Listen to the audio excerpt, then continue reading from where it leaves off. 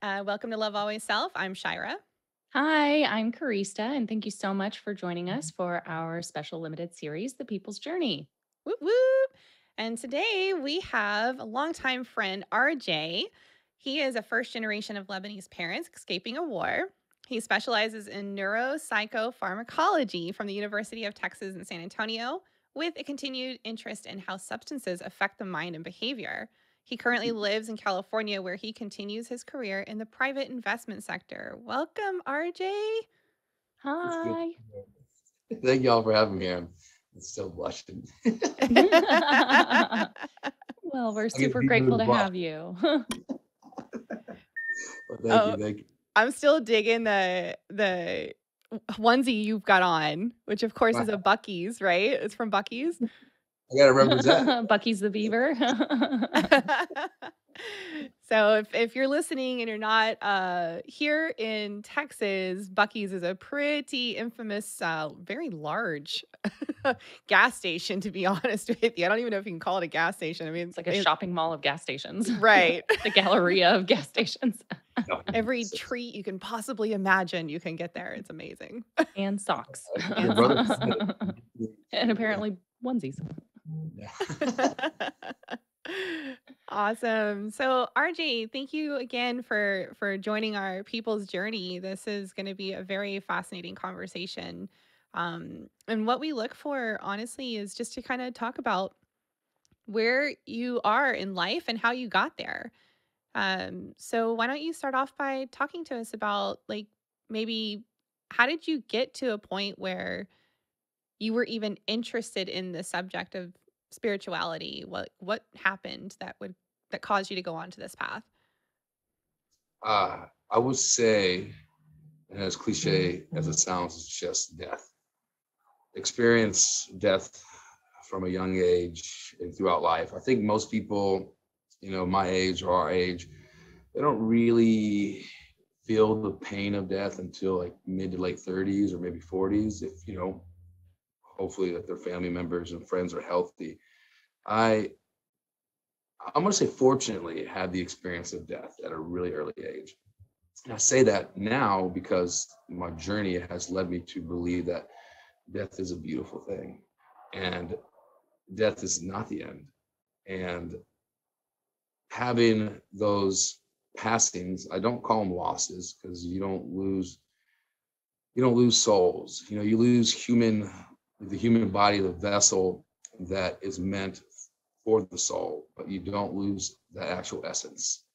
And I think just going through university and studying what I've studied and experience what I experienced in my personal life is like two worlds collided, like science and like religion and spirituality.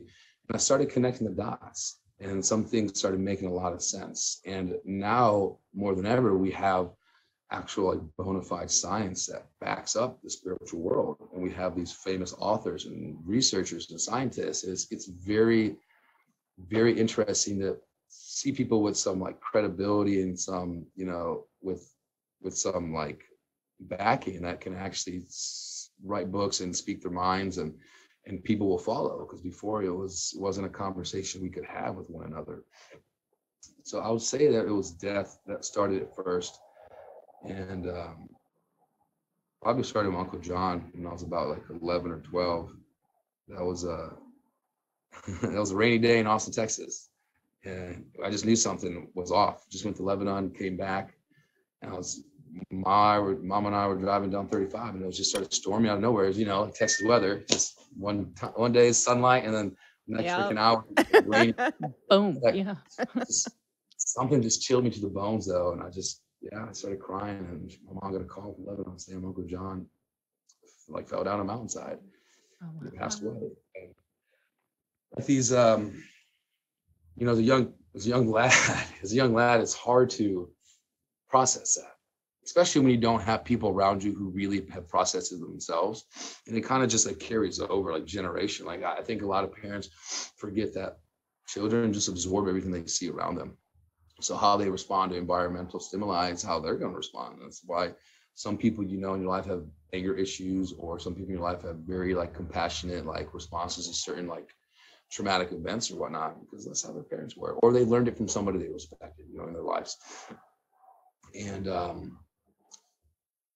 I would say that learning, like being in neuro-psycho-pharmacology and understanding how the brain works when people digest certain substances, really made me want to delve into like what happens with like on your final moments of your life, because there's so much of a neurochemical dump when you actually pass. People say they see the light, or they see the light flash before their eyes, and all that stuff. And the mind itself is, it's false that people used to say that we only use like whatever percentage of our brain. That's not true. Like we use all of our brain. All of our brain is active. We just don't understand all of it.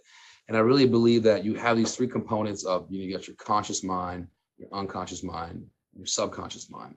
And the unconscious mind really, it's sort of like your fight and flight. It's those natural reactions you have. It's like that sometimes that feeling you get or whatnot.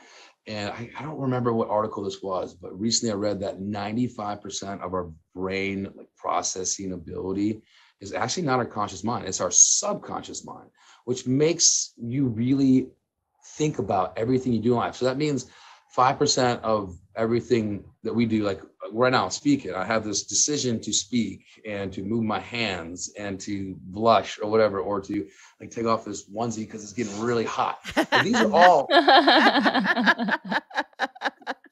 this would work if you're cold, by the way. They should pitch these in Michigan or something. Like that's only 5% of our brain power. It's a conscious mind, which i.e. ego.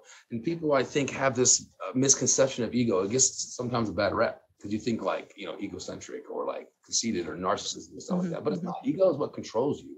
It's what helps you control your everyday life, like what you want to do. If you're hungry, you want a burger, you want whatever the heck it is. That's all part of your ego telling you like, that's what we want. Let's go do it, right?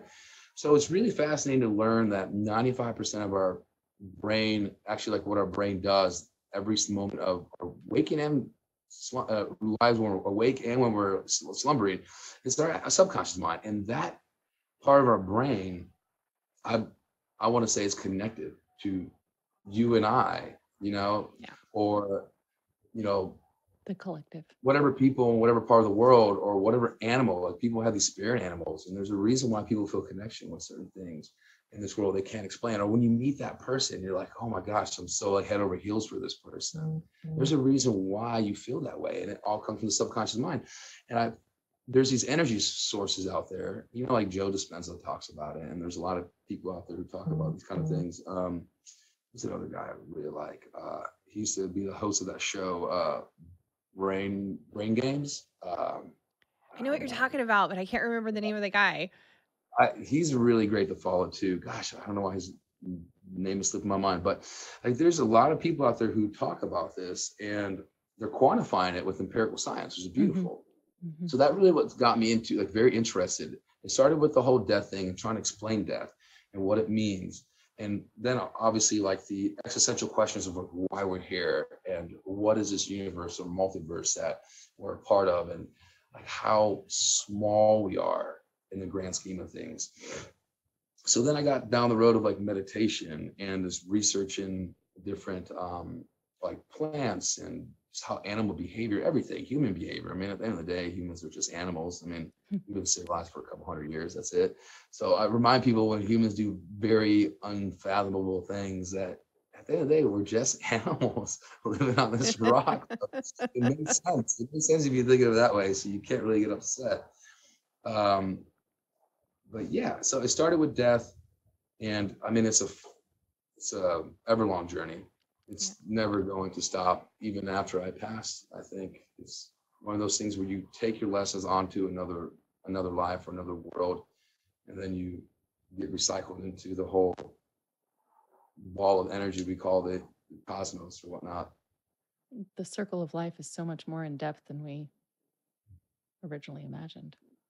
It very much is, yes. I hope that answers your question. Yeah, no, that totally answers my question.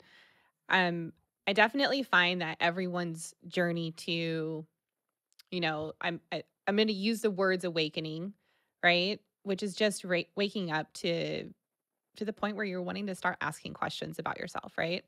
You want to learn more. You're not just on this like auto programming of I'm a human being and I have to dress this way and I have to do this kind of a job and I work these hours and then I build a house and I start a family and then I just, like to me that is, just the very uh monotonous part of us being humans versus the capabilities of what we really have in stored for us and what we really can expand to and become aware of, right? And there's a lot of things that lead people to get to that point. And there's a lot of things that sometimes people can go through these types of starting to ask questions procedures with they just simply had a question, right?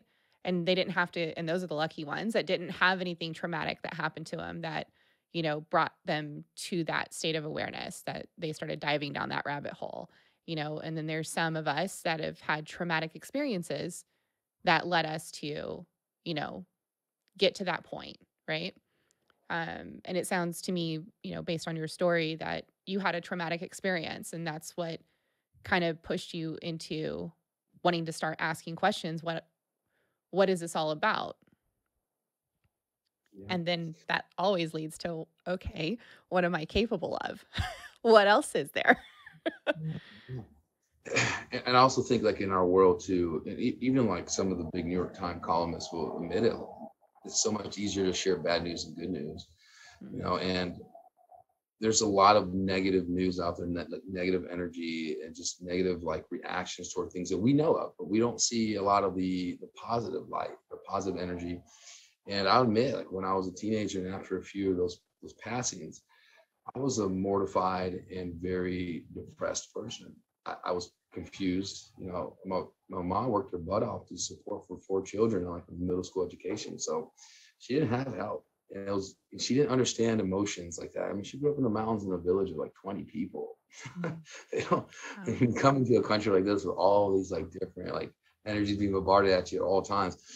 It wasn't, you couldn't go to her for those kind of things. And to be frank, and I'm not timid to admit this. Like when I was a little kid, like a lot of the kids, I had suicidal tendencies and thoughts because of the confusion and the disruption. And then I remember learning about Carl Maslow and his hierarchy of needs.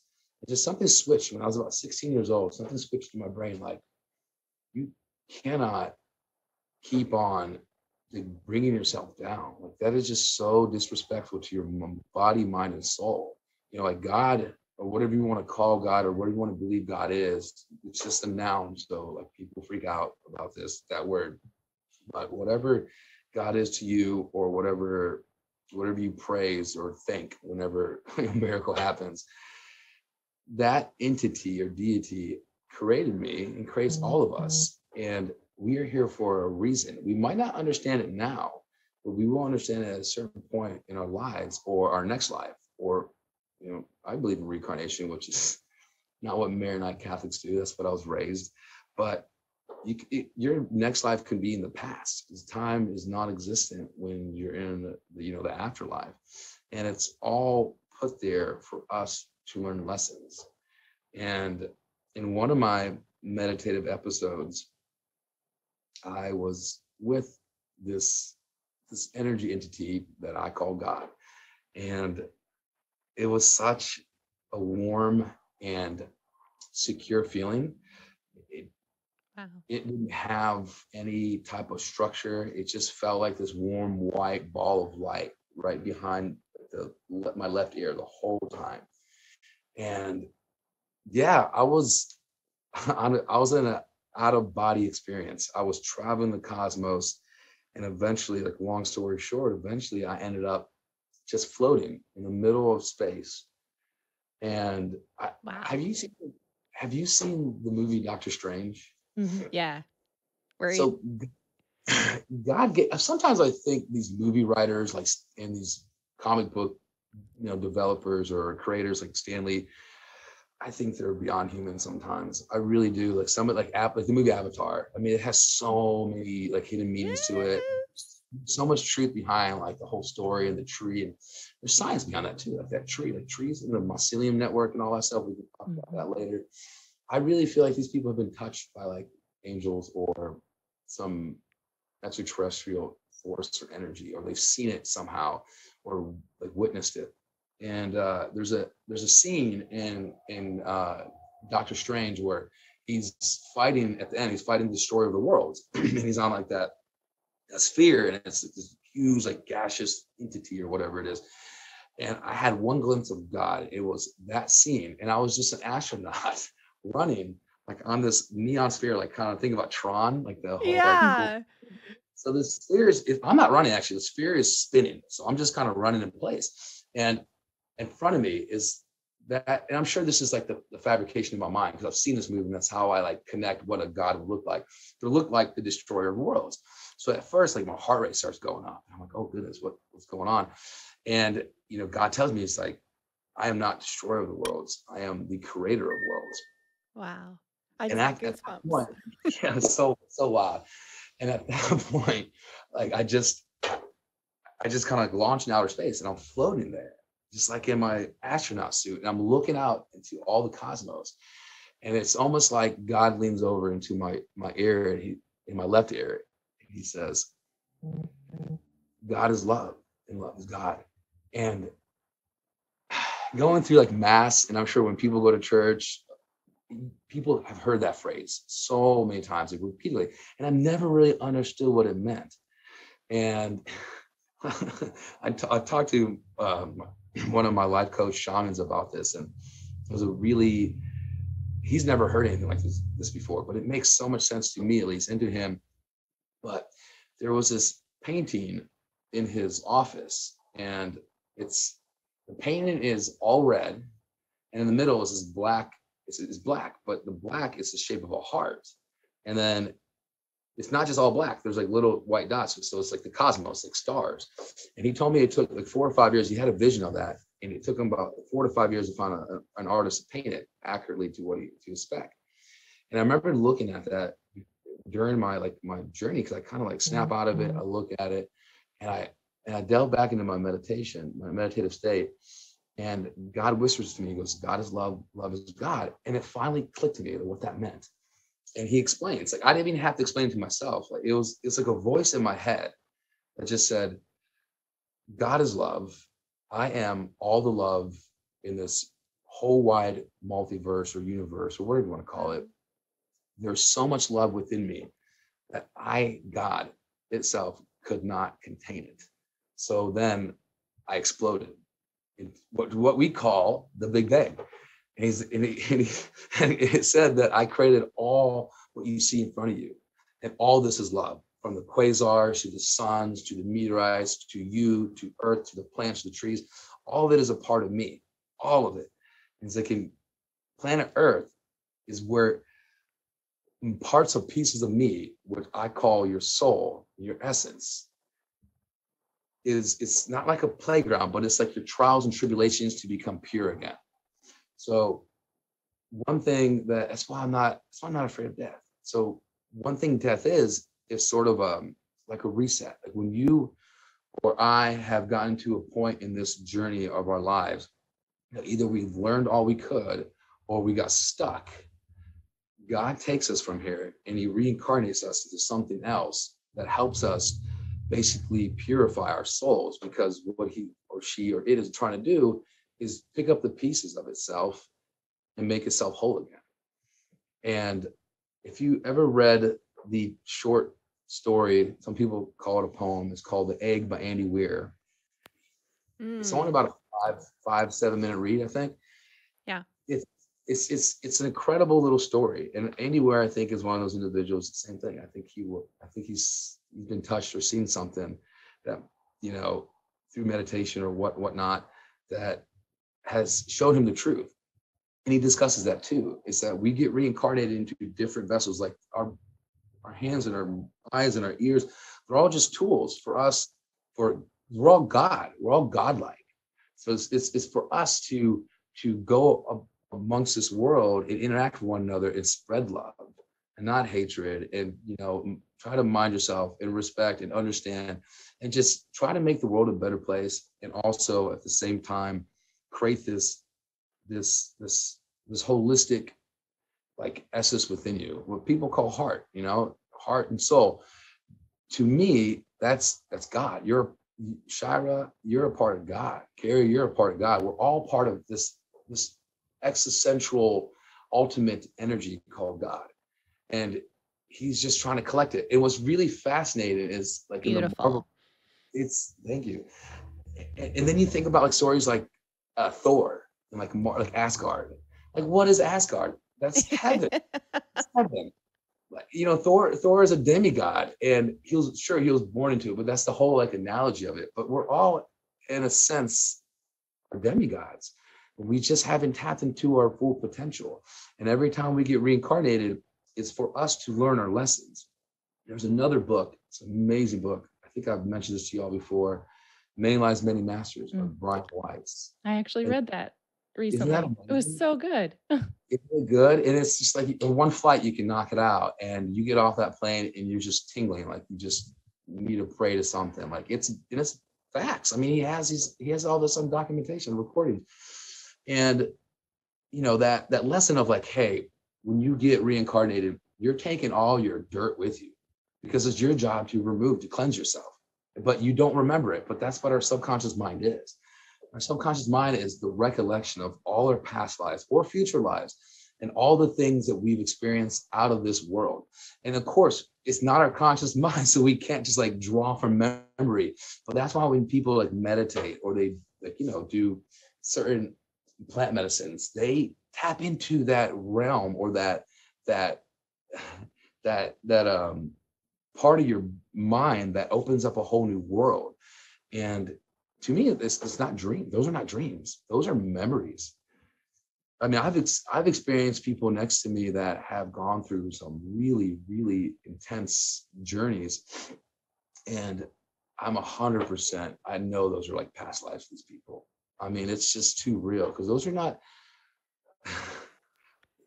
I've those are actually not had a phallic. PLR in a past life regression session, and when you were explaining, it felt pretty validating when you were explaining the Doctor Strange piece, like when he starts traveling and he's kind of going through that like wormhole like. So I experienced that during my past life regression. So, and I've heard this before, and there's no way you can take this many people that have had the very similar experience and say that, oh, you just made that up or whatever, right? Like it's not possible. I believe it's true. And one thing I really, really connected with is that feeling of love when you had that experience of feeling that, God presence behind you and then the whispering to you and you just knew. It's like this overwhelming knowing. You just know and you believe it to your core. It's so, so amazing. Yeah, yes, it is. And it's hard to really believe it or get behind it until you experience it yourself. Yep. Agreed. Growing up in Texas, I was just this tough old, and you just see these like hippies. You're like, whatever hippie, whatever. You're just stoned hippie, but it's not. I mean, there's a lot more to it. If you allow it to happen to you, it's hard to allow your ego, to take a break. And I've had many of ego deaths. And the challenging thing is too, when you go through these experiences, you think like, oh, I'm going to be a different, better person or whatever it is from now on. No, it's kind of like when you're in your car going 80 miles an hour in a 65-mile-per-hour zone. You don't really remember that you're speeding until you get a speeding ticket. And then you like behave for like whatever, a month or 2 months, and then you're speeding again. So it's kind of one of these things where it's a continuous exercise. Like the ego comes back and says, hey man, like we're going to do things my way again, So for those people that have dedicated their lives to like meditation and just self-development, it's just remarkable. It's just as difficult, I say, as running a Fortune 500 company. It's demanding. It's not easy. It's work, but it's incredible. It's very much incredible. Um, You know, something you said early on, about beginning to understand like the purpose of death and the beauty behind death, and how you are no longer afraid of uh, passing from your physical experience. I would love to understand like the path that you took to get there. Yes. As I mentioned earlier, it started with, experience Right. death earlier on, just being confused about it and trying to understand it, because I'm one of those people that overanalyze everything. It's it's kind of unhealthy sometimes. I spent there on Amazon forever trying to figure out the best of the best or whatever, but I overanalyze everything, and I always try to find a reasoning for everything. And one reason why I got out of mathematics, I didn't tell you all that before, but I used to be really, really great at math. And it was until like when I was in junior year, I was in calculus in high school, and we're trying to learn proofs. And proofs not fun. And each answer takes like a page and a half, 2 pages. And I'm sitting there asking my teacher all these like fundamental questions, like, well, why is this? And why is that? And she just puts her hand on my shoulder and goes, Rich, stop asking why. Just get the answer and pass. Like, if you want to learn that, if you want to ask the question, go get your PhD. Go get your PhD. That's what you're supposed to do when you're a doctorate of this, to like ask these and get like explanations of why these things are what they are. So just asking all these questions of why this happened to, like, the good die young. Nobody could understand that. Like, why does this happen? I understand it because I believe that God needs angels, and angels are people who are the part of God, going back to like your soul, your heart, your energies, is godlike. Going back to that, when someone is on this planet and has satisfied what their life is meant to satisfy, God knows it. And God takes you from this place because you have to go to your next class. It's time for you to graduate whatever semester and get on to the next semester and take another course. So I think I think I'm in about 40 something people past in my life. And I say past for a reason because it's another dimension. But I think a lot of those, I believe God set in place to get me ready for the one that happened 6 years ago, which was my best friend and my sister. And I couldn't even talk about that one for a long time. It took me at least 4 years to talk about it without crying. And I'm about to right now, but the hardest thing was me holding.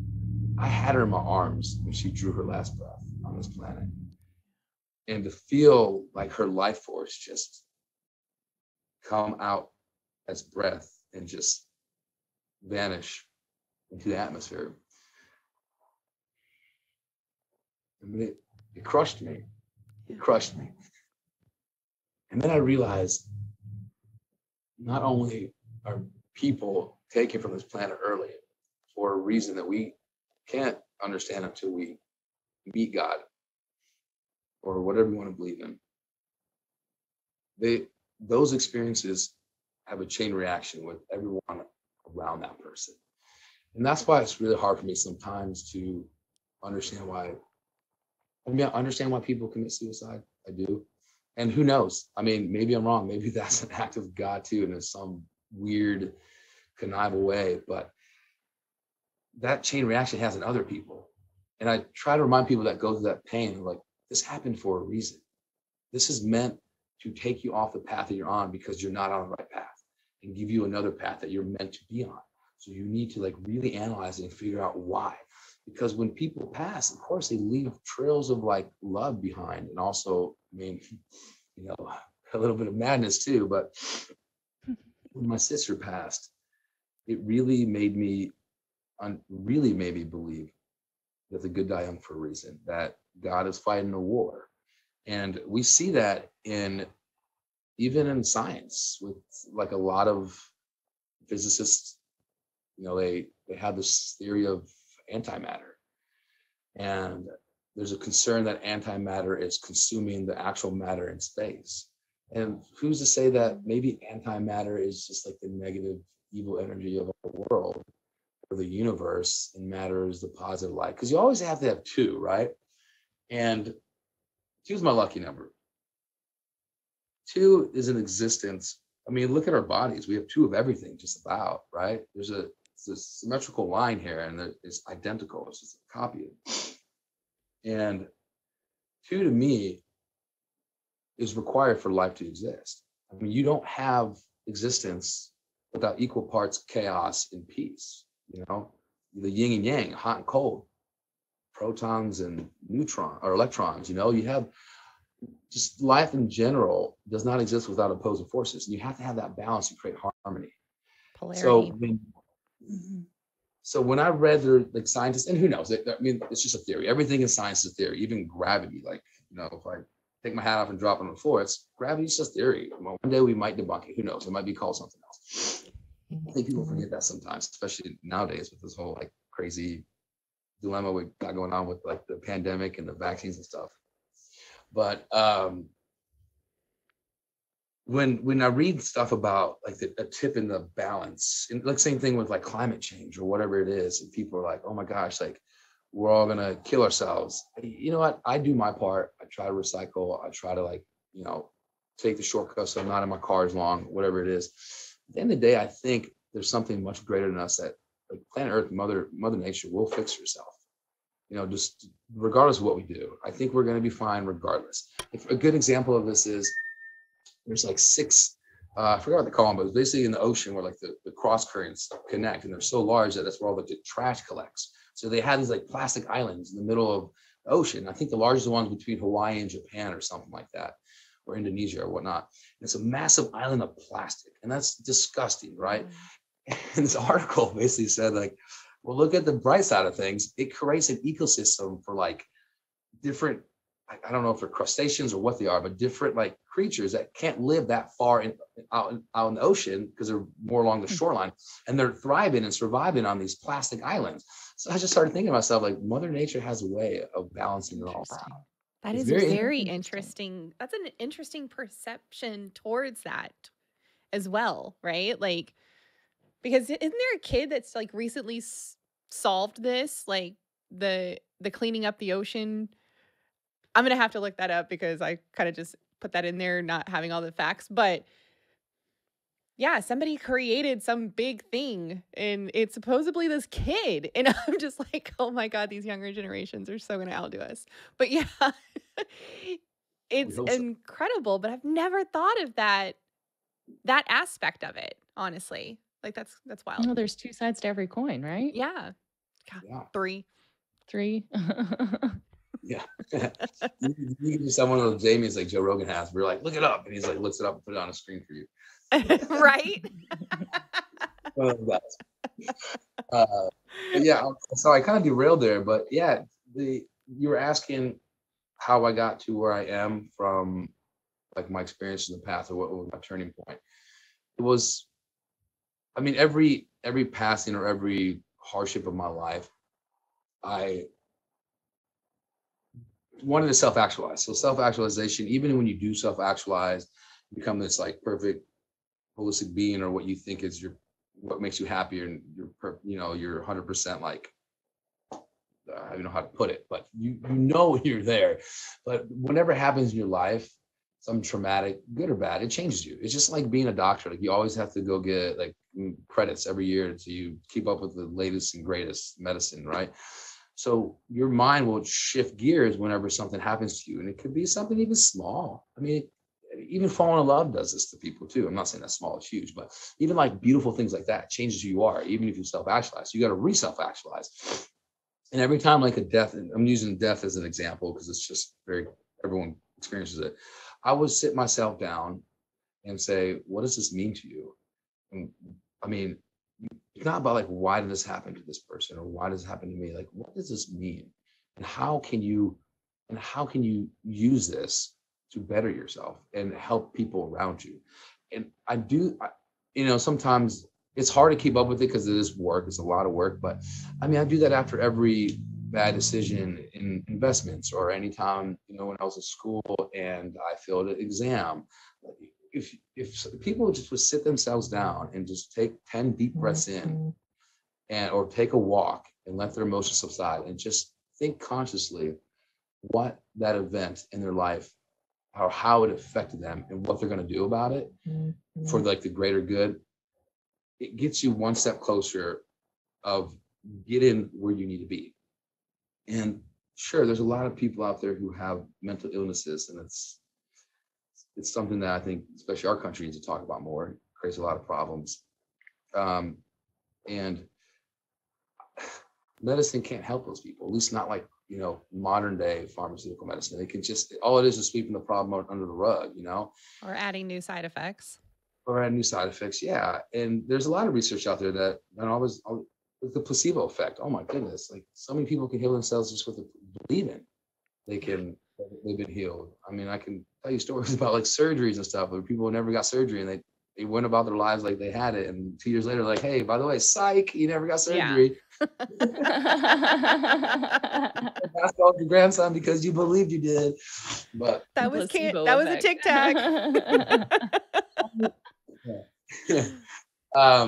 Sorry, I kind of get off on tangents a lot, but yeah, my sister's passing was definitely, I thought I was there before that happened. Like when I learned she had cancer at 32, I was like, oh, she's gonna get through this. It's not a problem, no big deal. Because at that point in my life, right when I turned like 30-ish, I was extremely happy. I was so optimistic that nothing wrong or disfavorable could happen in my life. So I was like, oh, she got this.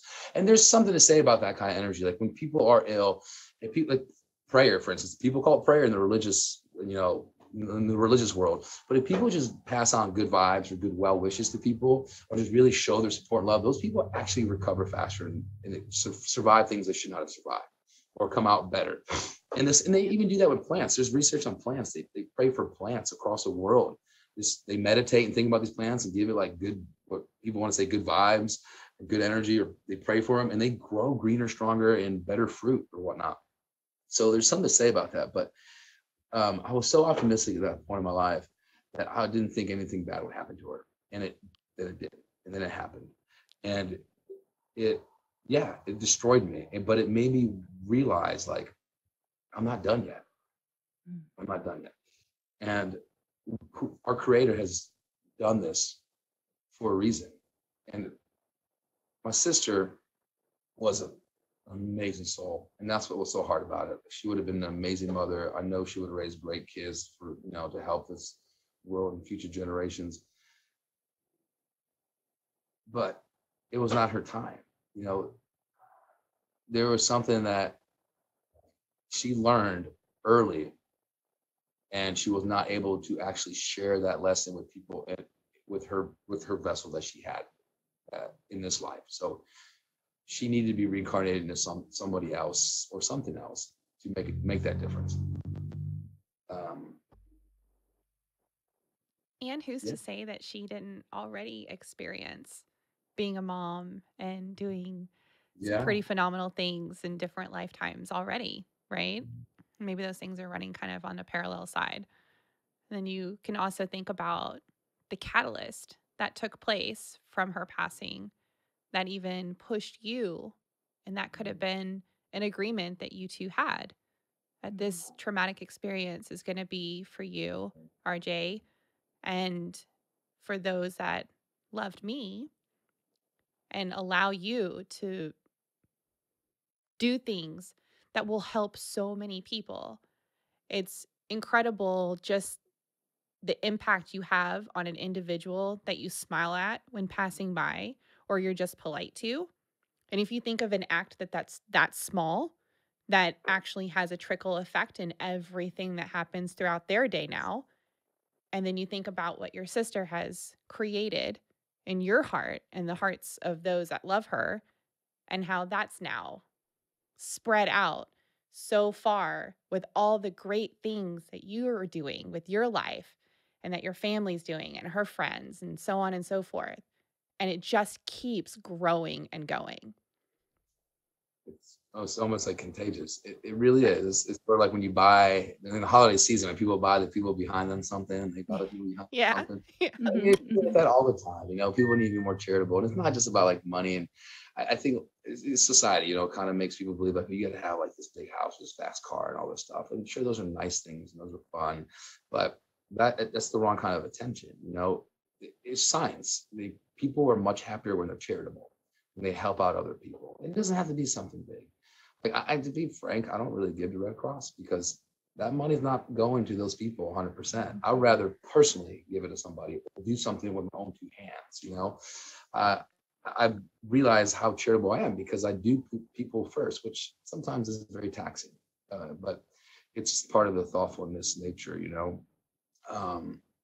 But I was reading Joe Dispenza's, I'm currently reading one of his books, and I went to, I met a bunch of friends in Mexico, and had a fun time with them, a lot of love, like, people from all over the world came together, like in Mexico, and it was really cool to have all this like colliding energy, and it just existed so perfectly. It was such a beautiful thing. Now I'm on this plane back to California, and I'm reading Joe's book, and airplane, like the noise of the humming and stuff, like repetitive, that make me drowsy. It makes me sleepy. Yeah. It's like a box fan. I'm trying to read, like people think I'm drunk. I'm like, I'm getting all drowsy, and I'm like, okay, I gotta take a break. It's been like an hour. But the last like paragraphs that I read in his book were about he's an expert in what he does, but he's talking about how troublesome it is to meditate. Like, it's very difficult. So like, never give up. Like, even if it's just 5 minutes, I can't silence my mind for more than 20 seconds. I can't. And I've tried, but that's fine. Because then you catch yourself, you stop, and you start over again. You breathe, you do it again. And that is still meditation. Or even if you take a little 5 or 10 minute power nap, as long as you turn your phone off and just sit there in peace, or maybe listen to some relaxing music, that's considered meditation. Give your brain a break. On busy days, if on top of every hour, if I'm overloaded, I stop for 5 minutes. And I just take a break and I breathe. And I was sitting there, I'm like, okay, I'm getting tired. Let me just take like a 5 minute nap, or like just meditate for 5 minutes. And I was lucky enough to have the whole row to myself. So I kicked my feet up, and I put the book down in my sleeve or whatever by the chair in front of me. And I just closed my eyes and leaned my head against the window. And Shyra, I can't tell you, I've never experienced something like this in my life. Even if I tried everything and you put in a blender and I chugged it, instantaneously, which felt like, it was probably in our world, it's probably like a couple minutes, 3 or 4 minutes, but I closed my eyes and I was in this white room, and there's this woman in front of me, maybe 10, 15 feet in front of me, sitting Indian style, sitting down on her butt Indian style with her back toward me. And I'm just standing there, and I don't say anything, but she read my mind. She goes, yeah, you're here right now. And she turns around, and what I've heard is like, when you dream and you dream of people, you don't see their faces. I don't know if that's true or not. Have you experienced anything like that? Like, have you actually seen people's faces? I've seen people's faces. Maybe there's a meaning behind when you actually do see people's faces, but every time I remember or recollect like dreams in the past, I don't remember people's faces. I know who they are. They don't have a face. And this woman turns around. It's kind of like, puts her hand back like this on the floor, and she turns around like that. And she goes, oh, about time you get here. And it was my sister. I was going to say, it was your sister. I know. And I try to remind like everyone in my life, like, she's still here. I know she's still here. Her energy is still here. And it was just like I was having this, like, it was so vivid. It was real. It was so vivid. It was real. And she's just talking to me. She's like, I really miss you. And it was like, cliche things, of course, like, I really miss you. Tell everyone I love them, yada, yada, yada, yada. And when I knew this was real is when she goes, you want to hear something funny? Because she tells me she used to, when we were kids, she used to like pop my blackheads. I know it's so gross, but she loved to like, we used to, like, every night I'll go into her bedroom and we'll just lay down and talk, and she'll just like, work on my face. Probably why I have such flawless skin. Check it out. And we really bonded over those moments. And she's like, I really miss popping your blackheads and all this stuff, blah, blah. I really miss like just talking to you, and like, I love you so much. And I'm over here on this plane, like crying, like I was just like sobbing. And you got this big 220-pound bearded dude like on a plane. And at that moment, my ego kicks in. It's like, no, wake up, dude. This is BS, dude. You're looking like a fool. And my eyes start fluttering. And this is when I knew it was real, because my eyes start fluttering and I start seeing my legs in front of me. And I look at the people in the row next to me, and they're looking at me like, are you okay, man? Like, I'm on this journey, right? And then I hear a voice in my head. It's my sister. She goes, what are you doing? She's like, get back here. She's like, you know how long I waited for you here? Because in her reality, her realm, a few seconds is like 20 years here.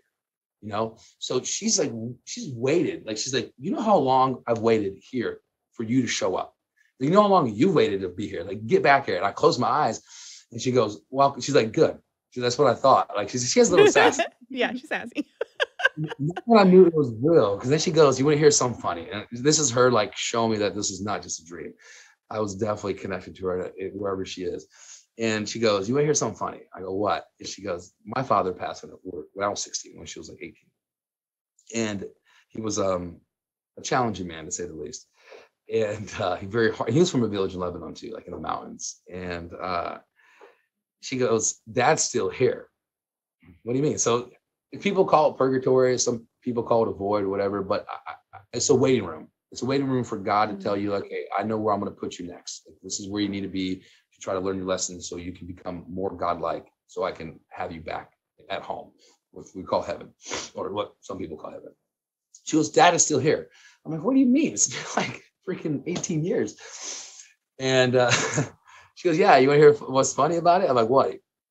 She goes, well, he thinks he'll get in good with the big man if he's a carpenter. So he's a carpenter here because Jesus was a carpenter. And I just started laughing, like, why is that state? I'm just like laughing, like, that is so, that's dad. That's dad for you. I'm like, the sucker can't get out of like, you can't get God's like, no, you're gonna wait more, man. You have a lot of lessons to learn. I got to figure out where you need to be. Like, you're a tough one. So that's when I knew it was real. But that's those type of like experiences and like the dreams that you have, they're all connected dots. Like I advise people to like write down their dreams, or anytime you have a meditative experience or out of body experience or anything even traumatic, just write it down what it means. And I wish I had these dreams, y'all, that it happened after my second vaccine, actually my second shot. And I tried to avoid being a guinea pig for a long time, but I gotta eat. So I got the vaccine, and the second shot made me ill. That night I was just like sweating, had the cold, just like, you have like a mild case of COVID. And the dreams I had were so in tune with when God visited me the most recent time I had a meditative experience. And it was, what I learned was, I'm a protector. So Carrie, part of your answer is, one thing that has driven me to get where I am now is just to understand like who I am and what my purpose is, right? I think a lot of people ask that question. And there was an experience I had, and this is a really funny story. So I wrote these dreams down on a piece of paper, unfortunately, not my like tablets. I don't have it here with me. And I'm going to try to remember as much as I can, but I advise people to really write everything down. And basically I was like the Bible says, like the closer you are to God, the closer you are to temptation. There's a lot of truth in that. And some people say temptation is like the devil, evil, darkness, whatever it is. But to me, temptation is God's test to say, hey, you are now worthy to speak to me. I knew in my subconscious mind that God wanted to meet me. And I had this really, I don't want to be gross, but I had intestinal issues, right? I was in the bathroom. Yeah. Yeah. And that was clear.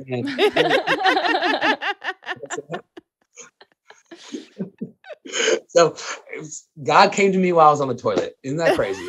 And I knew it was God because I just started like envisioning like this dark castle. And like a lot of people get scared when they have like these kind of dark thoughts or whatnot. But I knew in my heart that was God calling to me, because you have to prove yourself. Like nothing in life is given. A lot of people these days are very entitled, and they're very like get rich quick kind of mentality. That's not what longevity is. If you want longevity in your life or something that lasts, you have to earn it.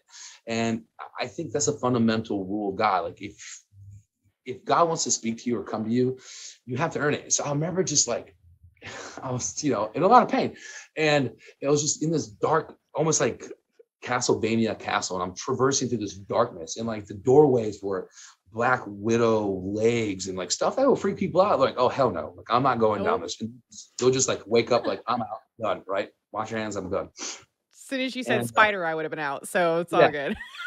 And it got so heavy that even when I opened my eyes, I was seeing things. It was wicked. It was in a good way. But I just knew, I was like, okay, there's something else. So I keep like climbing up the stairs. And at the end, and I've had friends that meditate that had the same experience. And sometimes they'll get through these doors and there's guards there and the guards won't let them in. When I got there after, because I think I suffered enough during this vision that these doors open. Just tall black doors. I mean, like 50 feet tall. They open up and it was just white light. And at that moment, I lost control of my body. Like I could not control my body. And there's my bathroom is 80. You're in the bathroom. There's the railing right there. I'm a pretty strong guy. And my head just literally slams into the wall, like my pain I have there. And I felt like it was one of those trap doors. It just like flung me around. And my body my face was in my toilet. And I just sat there, I go, and I couldn't pick myself up. I tried.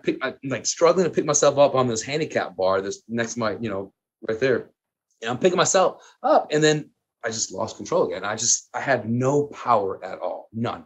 Complete ego death. And I'm just sitting there and I'm like, my head's like, in my crotch. And I'm looking up and I go, you're such an asshole. It was God showing his might, like his power. And he's like, yes, welcome to the meeting. Like now we can begin. That's how he was proving to me that like, you are with the Holyfield. You're in front of me now. And long story short, like we went through this conversation and basically what I learned was, and the part of the answer, I know it's a long-winded answer, was I wanted to be more empathetic. So I went on this journey to be more empathetic because I was raised very like hardened. And logically, I can be empathetic to people, if that makes sense. Like I can understand people's pain, what they go through, but I never really felt them. I never really felt them in my heart. So I went on this journey to really get more processing here, more of a balance, right? And God said, you're never, ever, ever going to be as empathetic as you think you will in this journey. It's like, because I need you to be a protector. I need you. You are created for a reason. You are basically a sponge for people's pain. You can handle that amount of stress and trauma.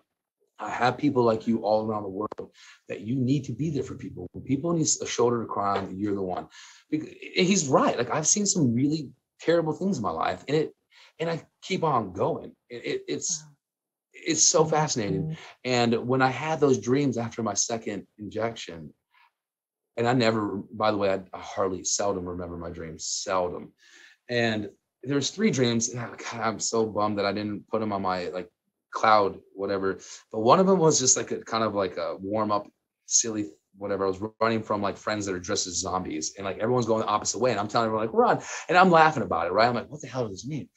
The second dream was the most important one. And that's the one I can't remember. But the third one proves that I was with God. It was a dream of me. I knew I was like some like retired assassin or something. And I'm walking in this like house type. Yeah, so weird. And I haven't thought too much more into this. I'm sure there's more meanings behind every title and every feeling that I had in this dream. But it was so vivid. I'm walking in this like warehouse, like those garage doors that open up. And like there's like studios. Like one guy's an artist, another person's like a hairstylist. And I get to the last one. And I knew I was there's somebody there that wanted me to be there, but I didn't want to meet them.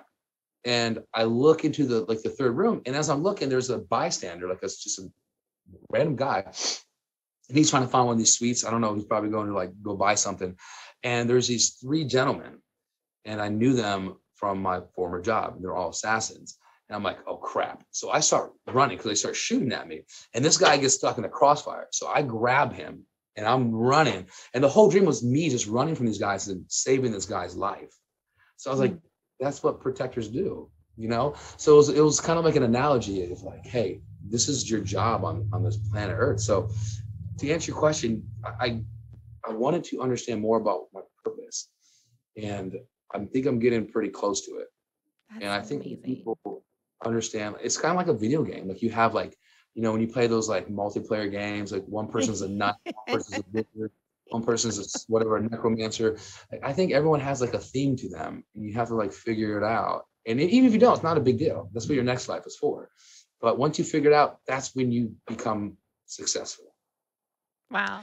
That's beautiful. I mean, this whole conversation, well, listening to you, RJ, there's so much that we resonate with, and is like, uh, there's so much truth that we feel behind your words. So thank you so much, and for being vulnerable and being open. And I couldn't agree more that this life is a school.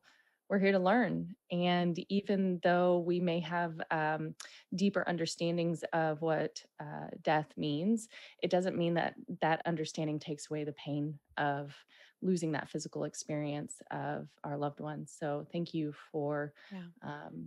this awesome share. So we have a couple more questions as we begin to wrap up. So first off, RJ, what is one piece of advice that you would now give to your younger self? Bitcoin. Yeah, pick one.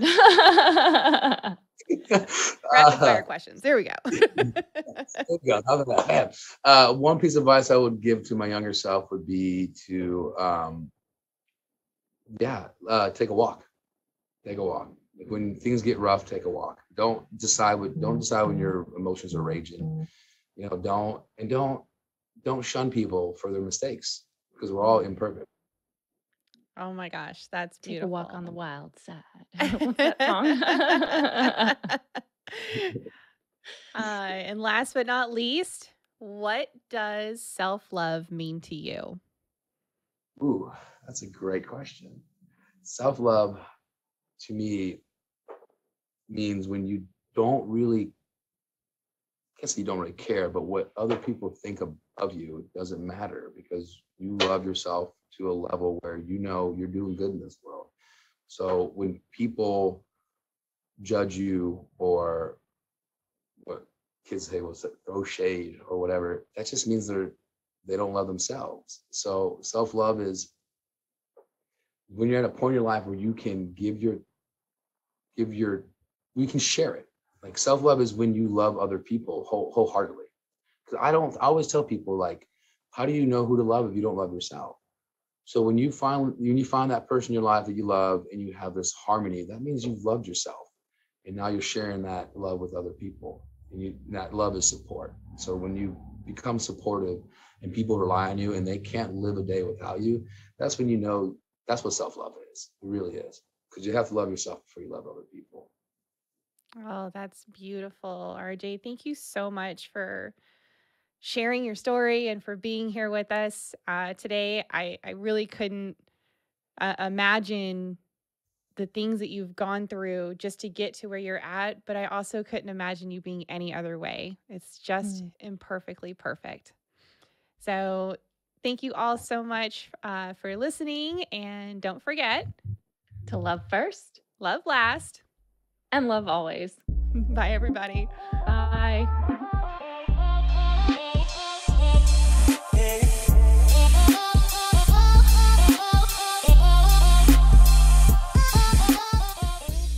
Hey, listener, thank you so much for taking the time to be with us in this moment.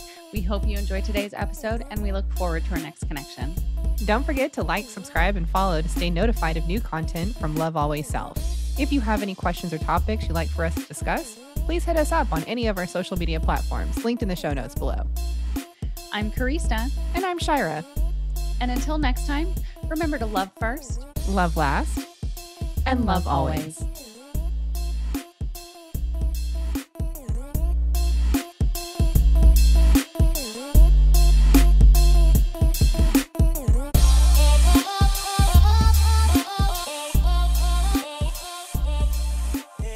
Love Always Self podcast is meant for entertainment purposes only. We do not make any warranties about the completeness, reliability, and accuracy of the information presented in this podcast. Any action you choose to take upon the information in this podcast is strictly done so at your own risk, and we will not be held liable for any losses and damages in connection with the use of our podcast.